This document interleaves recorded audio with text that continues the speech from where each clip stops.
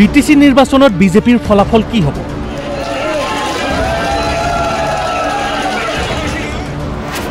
22 আগষ্টত মুখ্যমন্ত্ৰীয়ে কৰিব ঘোষণা।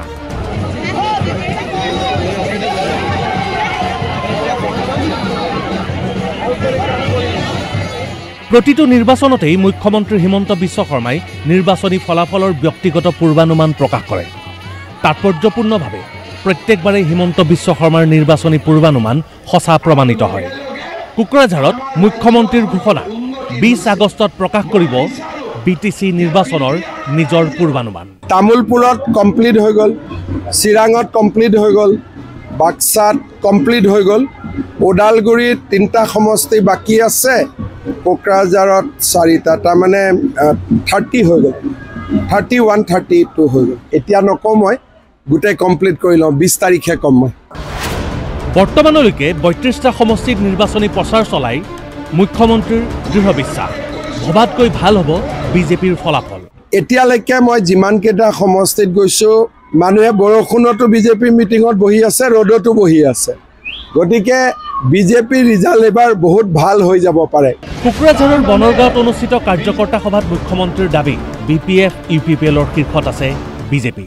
বিজেপি বিটিআৰত ইমান আদৰণি লৈছে যে এতিয়া হাগ্ৰামা মহিলাৰীও কয় যে আমাৰ বিজেপিৰ লগত কণ্টেষ্ট, প্ৰমোদ বৰুৱাও কয় বিজেপিৰ লগত কণ্টেষ্ট। মইতো কওঁ যে বিজেপি ছুপাৰফাষ্ট ট্ৰেইন হৈ আছে, বিজেপি এতিয়া 1 নম্বৰত আছে। মই ঠিক কৈছো নে নাই? বিজেপি 1 নম্বৰত আছে নে নাই? বিজেপিৰ ৰাজ্যিক সভাপতি দিলীপ শইকীয়াৰ ট্ৰাইবেল বেল্টক লৈ কৰা এক মন্তব্যত সৃষ্টি হোৱা বিতৰ্কৰ সন্দৰ্ভত স্থিতি স্পষ্ট কৰিলে মুখ্যমন্ত্ৰীয়ে। জনজাতিৰ কথা বেছিকৈ ভবা দলটোৱে হৈছে বিজেপি। যিহেতু নতুনকৈ 600 ট্ৰাইবেল বেল্ট গঠনহে কৰিব বিজেপি চৰকাৰে। আমি কতোতো tribal belt and block compromise কৰা নাই, উল্টাই অসমত 600 গাঁৱত নতুনকৈ tribal belt and block, micro' tribal belt and block বনোৱাৰ প্ৰস্তাৱহে আমাৰ তাত আছে। ইলেকশ্যনৰ আগতে আমি কৰিব গৈ আছোঁ। গতিকে এইটো কথা কোনোবাই ইলেকশ্যন আছে কাৰণে বেছিকৈ উলিয়াই আছে। মই এটাই কথা কৈছোঁ যে অসম চৰকাৰে কোনো ট্ৰাইবেল বেল্ট ব্লক ভাঙি দিয়াৰ কথা এনেইতো ভাবাও নাই, সপোনতো ভাবা নাই। কাৰ্যকৰ্তা সভাত দিলীপ শইকীয়াৰ ঘোষণা, বিজেপি অবিহনে চৰকাৰ গঠন নহয় বিটিসিত। বিটিসিত কোকৰাঝাৰত বিজেপিয়ে বিজেপিক বাদ দি কোনেও চৰকাৰ গঠন কৰিব নোৱাৰে। বিজেপি লাগিবই, বিজেপি থাকিলেহে কোকৰাঝাৰত চৰকাৰ হ'ব। উল্লেখযোগ্য যে প্ৰতিকূল বতৰত তিতিয়েই মুখ্যমন্ত্ৰীৰ ভাষণ শুনিলে সহস্ৰাধিক ৰাইজে।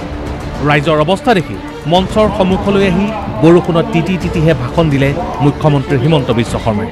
আমাৰ এটা মিটিঙত বৰষুণ হ'ব পাৰে, ৰ'দ হ'ব পাৰে, মানুহ আছিল, আৰু ময়ো দেখিলোঁ যে সকলোৱে বৰষুণত ভিজি আছে। গতিকে ময়ো অলপ বৰষুণত ভিজি বৰষুণৰ আনন্দ লওঁ।